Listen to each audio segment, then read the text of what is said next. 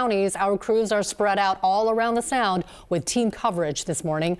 But first, let's check in with meteorologist Ashley Ruiz with the very latest. So, Ashley, when can we expect the heavy rain to return? It's going to be later in the afternoon, evening, Christine, but all of this rain is going to become widespread tonight, and it's going to stick around for much of our Wednesday. So the atmospheric river is now drifting a little to the south, and that's where we're going to have the greatest chance for that heavy rain today from Chehalis down into Oregon. That's where we have most of the rain. So most of our day this morning, early afternoon, most of that rain will be to the south. Our rivers will start to recede, but this evening, overnight, they're going to spike again, leading to some more river flooding. We'll have gusty winds into this evening all the way through Wednesday evening, and then some more heavy rain into our Wednesday. And we have numerous of our rivers expected to reach major flood stage once again, and we have that flood watch in place for all of western Washington. And as Christine mentioned,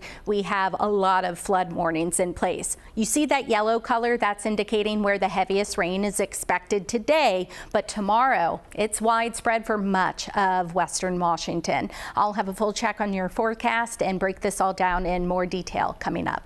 Thank you, Ashley. And a rare double crest on many area rivers with that next round of prolonged heavy rain is on the way. In Pierce County, the Puyallup River is cresting in major flood stage right now. King 5's Savannah Welch is live near South Prairie tracking the latest on the conditions. So, Savannah, what are you seeing this morning? Yeah, Christine, this is behind me, one of several road closures we've seen this morning. This is Pioneer Way East here down in Pierce County, and WashDOT closed it earlier in both directions because of about a foot or so of water on the roadway. This is right by South Prairie Creek, and river flooding is a big concern down here in Pierce County. The Puyallup River is climbing toward flood stage and cresting, and conditions are only expected to get worse tomorrow. A flood warning is in effect for the Puyallup River right now. I just checked. As of this morning, the river is at 26.2 feet, which is the active flood stage. The river is forecast to rise to nearly more than 29 feet by tomorrow night, even more than that. So the last time it got up near this level, that was back in 2006. So it's been a while since we've seen the river level this high for the Puyallup. Rivers are expected to drop a little bit today, but then they're expected to come right back up once that next round of rain moves in. Back out here live, really a lot of people have been going behind and bypassing this sign, the road closure here. WashDOT's reminding people not to do that if you can help it. Make sure to follow all barrier signs and road signs as construction and people move around.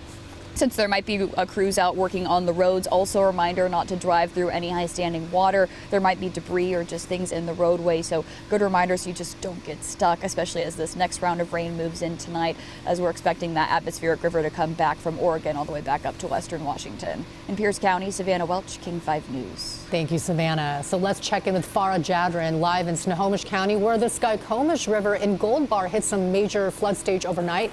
So Farah, that water is rushing pretty fast behind you. Yeah, well, and this is the Wallace River, Christine, that runs parallel to the Snohomish River. And anyone who lives here in the Gold Bar area or in Monroe or even Salton, you're familiar with these two bodies of water. The Wallace River, obviously much smaller than the Snohomish, but you can see that it's moving along in a little bit more calmer manner that I would describe. It was kind of rushing earlier, and that was just with light, steady rain. So as our weather team has been forecasting, another round of rain is on the way. And once that hits, the river levels will rise again. So law enforcement, fire departments, and the emergency management department up here is warning everyone about that. It seems like, oh, everything's done. There's no rain. Things have calmed down. That's the case right now, but it wasn't overnight, and that will be the case again when the rain moves in again heavily. So this is video when folks were dealing with some issues with the Snohomish River, getting to that cresting that major flood level to more than 20 feet. It was 20.3, and that's considered a major level. Fire departments had to do some rescues. A couple of campers near the Snohomish needed to be rescued by fireboat and taken to higher ground. The Gold Bar Police Department and Snohomish County Sheriff's deputies were out driving around, checking on certain neighborhoods that were at a higher risk for that imminent flooding. So if folks had some sandbags or they spoke to them and they had a plan in place, they carried on and went to check on more people. So it's really a preparation focus right now, and also looking ahead to make sure you're not easing off of your precautions just because the rain has let up. So as you can see, again, the Wallace River, it's looking pretty calm. The Snohomish River as well is another body of water where folks are going to keep an eye on. The Stillaguamish and the Snohomish are the main focuses for Snohomish County Emergency Management. But around here, May Creek and the Wallace River have brought up some water levels. We saw a little bit of remnants of water over the road, but nothing standing. And as Savannah mentioned, if you come across any water that's standing on the road, don't chance it and go through it. My other best piece of advice is if you do have a loved one who lives near one of these rivers that could easily rise once the rain starts up again, make sure to give them a call, text them, go check on them and make sure they are doing okay, because this is the type of condition where you could get trapped, you could get stuck somewhere, whether it was because you're in your vehicle or because you're in your home, and the river has risen to that more dangerous level. So stay with us on the King 5 Plus app and make sure to check in with us regularly when you can. And like I said, check in with your loved ones. Live in Gold Bar, Farah Jadrin, King 5 News. Such a good reminder. Thank you so much, Farah. Now let's give you a live look at Stevens Pass this morning as temperatures are hovering right around freezing at the base. It's about 4,000 feet of elevation, but snow levels are expected to rise again with up to 8 inches of rain expected in some spots of the Cascades. That is not good news for our ski resorts, of course, as they try to build up a base so they can open for the season. Checking our Snoqualmie Pass camera right now, we saw some wet, slushy snow earlier this morning, but it has since turned to rain with traffic moving along smoothly on I-90 right now. That wasn't the case earlier in North Bend, where a mudslide closed the eastbound lanes for several hours. King 5's Drew Andre has been following this for hours now. So, Drew, is there any concern for more slides in that area again tonight? Right, Christine. Well, right now things are looking okay, and I-90 is fully back open, and WashDOT says that it's safe to drive along here. But let's take you back to around 11:30 last night. That's when this mudslide happened. And essentially what took place there was a bunch of debris that just slid off of the hillside and down towards the road on the eastbound lanes of I-90. So that caused that full closure of the eastbound lanes of I-90. And what WashDOT decided to do was start that closure back at milepost 34. That's where there's the truck stop there. That way vehicles would be able to turn around if they needed to. What happened though was there was tons of trucks that just had to stick it out there overnight. A lot of commuters that had to do the same sort of thing or turn around if you were able to. And then around 5:45 this morning, that's when things opened back up heading east and cars resumed going through. Initially, WashDOT said that they were going to have to wait until it was light out to assess what the situation was, but they were able to determine it was safe to open back up, and we saw a lot of excavators and crews that were working on the side of the road, really just moving all of that dirt and debris off to the side. So right now things are looking fine, but it is, I think, worth pointing out that this is very unusual. It's not common to see a mudslide out here. Typically by this time of year, there would be much more snowpack. Of course, around me, you can tell that there is no snow. This morning it did rain a fair amount, and that's all we've really seen, Christine. Okay. All right. Thank you very much, Drew, for these continuous updates throughout the morning. We appreciate it. And by the way, across King County, free sandbags are available for anyone who wants to protect their property from potential flooding this week. There are distribution centers around the county, including in Seattle, North Bend, and Renton. You can find the full list and the hours they are open on King County's website. Conveniently, you can just text the word SAND to 206-448-4545 and we'll send you the list directly. In Pierce County, here is what the Puyallup River looked like less than 24 hours ago. That river level has really risen significantly, but are expected to drop today as we have this break. Overnight, the rain had continued to pummel the roads and the river. I can't believe how high the river is. The couple that I passed when I'm coming here, I thought, am I going to be able to get back home? Because it's up there. We could see some rivers break records over the next 24 hours. Meteorologist Ashley Ruiz has been tracking those conditions right now. So Ashley, we are getting this very nice calmer break from the downpour now, but time it out for us. When can it pick back up? For everyone, it's going to be this evening and overnight, Christine. And what's happening right now, we have this strong atmospheric river stretching all the way over the Pacific, just northwest of Hawaii, and it's stretching about 3,000 1,000 miles. And that just goes to show how potent and this atmospheric river is. And the hurricane hunters actually flew through it yesterday, and they drop these instruments from the plane down to the sea surface, and it tells us a lot of things: water vapor, the winds, the temperature, and so on and so forth. And it helps us predict just the impacts that we're going to have with this. What's happening right now, though, and the reason why we have this break from the rain is because the bulk of the moisture is moving to the south. We have this low to the north, which is pushing it to the south a little bit, but then that's going to let up, and all of that very intense moisture is going to lift back to the north. You see how it's just a fire hose of just a bunch of moisture, and that's going to add the steam to this atmospheric river to bring us heavy rain once again. That's going to be tonight and for much of our Wednesday.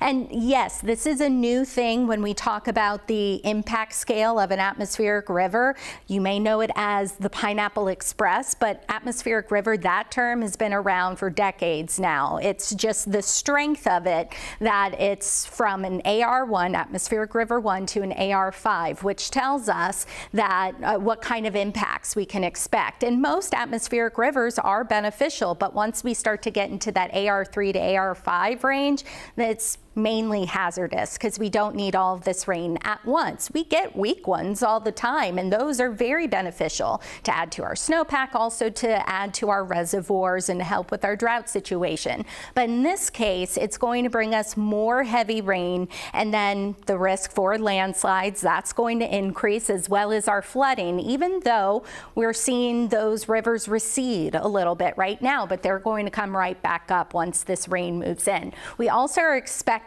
some pretty gusty winds tonight through tomorrow evening. There is a wind advisory from about Everett southward and then close to the coast, where we could have wind gusts over 40 miles per hour. We also have that flood watch in place through Friday, because even with a little bit of rain, even though the heavy rain will come to an end Thursday and into Friday, we're still going to have that potential for us to get some more flooding, with a lot of rivers expected to reach that major flood stage once again. So the Skagit, Snohomish, Skycomish, Tolt, and then you see the list just goes on, expected to reach major flood stage once again. And that's likely to occur Wednesday and potentially into Thursday for some of the other rivers. Here are just some of them. You see the Skycomish near Gold Bar expected to crest tomorrow around 4 o'clock, major flood stage then. So once again, a lot of them expected to reach that major flood stage once again. But this rain is starting to peel away from north to south, but it's going to quickly return as we head into the evening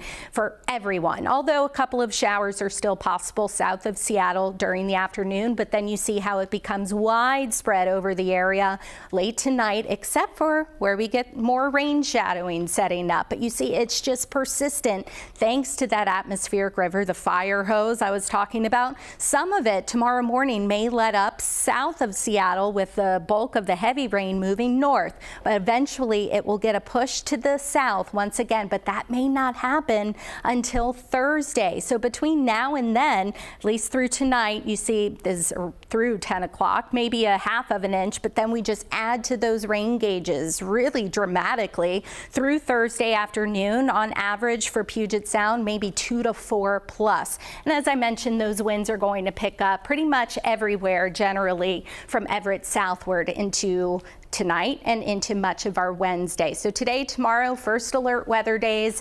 This weekend, we'll have showers around with more rain building late in the weekend into next week.